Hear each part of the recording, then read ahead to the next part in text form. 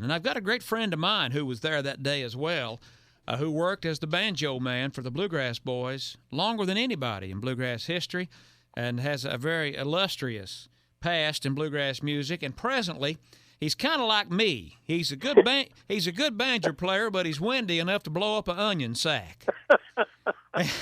And he's a good enough talker and picker that he's going to help us MC and host this weekend's Southern Ohio Indoor Music Festival. And he's going to do some banjo picking, do some storytelling, and help me present some of the top talent in bluegrass music as an MC this weekend and a co-host at our music festival. He's calling from Central Tennessee right now, my friend Blake Williams. Blake, good to have you join us today.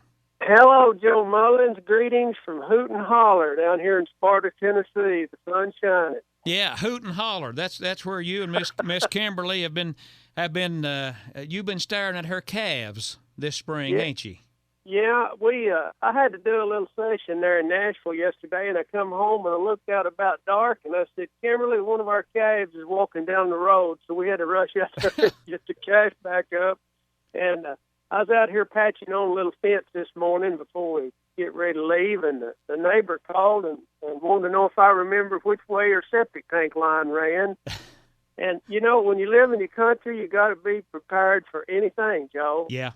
And Bill Monroe taught me that, you know, in the late 80s, when I'd been with him probably about 8 years, he got to where he relied on me pretty heavy to you know, help him out with the time and to remember names and some things like that.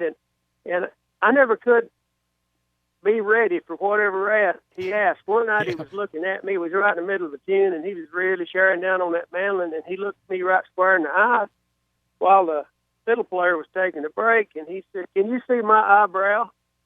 And I said, "Yes, sir, I can see your eyebrow." And he said, "Is there anything crawling in there?" And I said, "Well, I can't see it." Joe, he never let up till he got through with that song, and he ripped them glasses off and went to rubbing that eyebrow. Something was itching him. Yeah, yes, sir. Yeah, something was eating him up, but he wasn't going to let up till that song was over. No, sir. No, sir. When you're the father of bluegrass, it don't matter if your eyebrow's itching. You're going to plow all the way to the fence, ain't you? Oh. Yeah, I love it. I've got a lot of good memories from Mr. Bill. You know, you travel with somebody for 10 years, you get to know the good, the bad, and the ugly. And man, we had some good times and funny times, and he was quite the character. Well, your illustrious career is continuing these days, and you are one of the most lovable storytellers and musicians in bluegrass, and that all makes for a good combination for you to help host and MC shows like our Indoor Music Festival. And you're a rare commodity in bluegrass, Blake. You worked for Lester Flatt and for Bill Monroe, then did shows on the Opry and at Opryland for years, including a big stint with the Mike Snyder String Band. And then Blake's that guy, folks, that one of the few banjo players that made so much money, he just retired to his little cattle ranch in Sparta, Tennessee. Got it made, man. Well, Russell Moore told me, he said, "I understand you fixing to slow down on the road work." And I said, "Yeah." And he said, "What are you going to do?" And I said, "Well, Russell, I'm gonna do some farming along with a few other things." He said, "You mean you're going to quit playing bluegrass and go into farming?" He said, "Is that a good business model?" And I said, "Well, Winston Churchill said it best.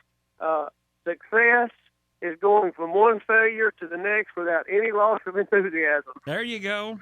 That's it. That's it.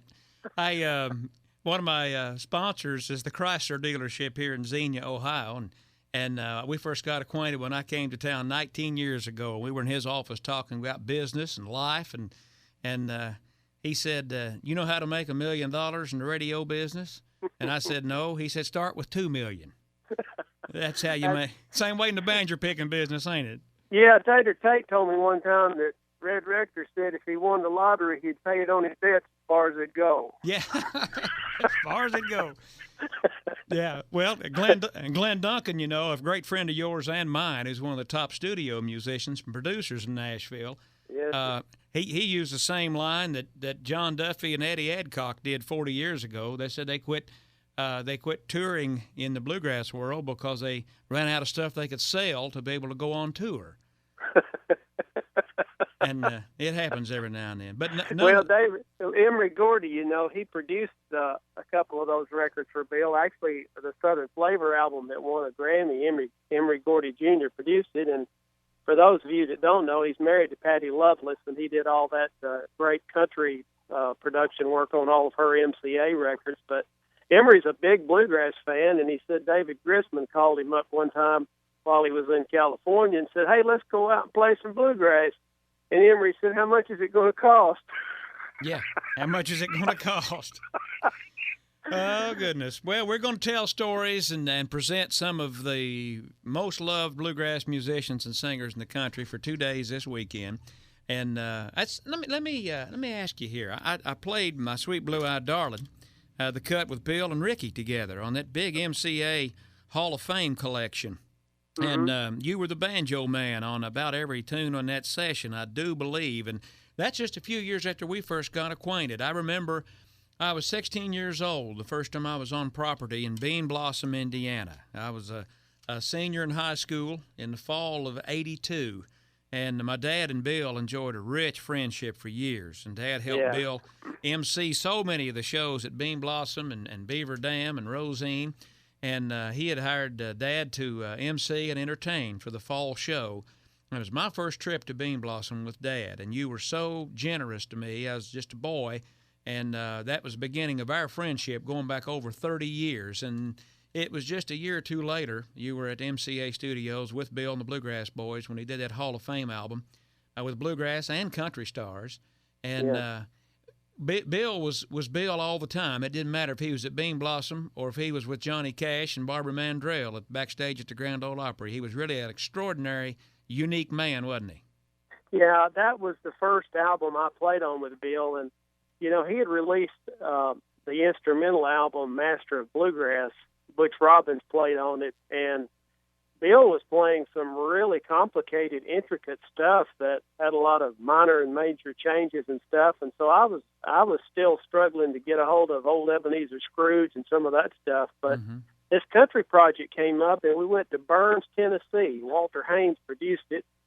I think Kurt Story and Vic Debaney were the engineers on it, and they brought in one artist at a time. And one thing about that session that sticks out in my mind is when everybody came through that door, they looked at Bill Monroe as an icon and a hero, and they told stories about hearing him all their life, and they were just like little children around Bill. Yeah. But Johnny Cash showed up, walked in that studio. He was in his full stage attire and walked in there, and he was a tall man. And it was the first time I'd seen two men in a room that felt like they had the same dynamic presence. And Bill said, "Johnny, I know you have a bass voice." And he said, "I'm a little worried about what we're going to record." He said, "What would you like to do?" And that was the only one on the session that Bill didn't have something, preconceived that he would record with somebody. But it felt like and Bill was such a dynamic person on stage, as was Johnny. And I felt that presence in the room. Yeah. Well, that's I was only 25 probably at the time when this went down, or 6. Wow. Standing between Bill Monroe and Johnny Cash is just absolutely fantastic. I was doing an interview the other day with a magazine about banjo playing, and they said, you grew up doing this. Who has inspired you? That's one person that you would like to meet and get acquainted with that you never had an opportunity to do. And I immediately said Johnny Cash. And one reason, I just finished reading the detailed biography on Cash. And ever since I was a little boy, and he walked out on the Ryman stage on his television show with his tux on. And then they grew up, my dad played all types of traditional music on the radio, and he was a Cash fan, and I've been a lifelong Cash fan. So what a great memory. Well, Blake is going to share music and memories with us all during Friday afternoon and night and Saturday this weekend at the Southern Ohio Indoor Music Festival. He's a great friend to everybody in the bluegrass community. Will be an asset to us this weekend. We'll have a good time with Blake Williams. And you that are hearing us on the web, I think there's going to be highlights at our website and at my Classic Country Radio on the Facebook page of our interview today. And we'll be doing a whole lot of this right here this weekend. You got to join us at the Roberts Center. Blake, you travel safe. I will, Joe, and I can't wait to get up there and work with one of my favorite MCs and tenor singers and banjo pickers in the business, and see all the radio ramblers and folks, if you've never been to a bluegrass festival, this is one to come to. It's indoors, it's safe, it's warm, great food, one of the finest lineups in bluegrass music. And we're going to treat you so many ways, you're going to like every one of them. So come and see us. That's great. That's great. Travel safe, and we'll enjoy it. And we're going to continue the banjo show right now on Classic Country Radio.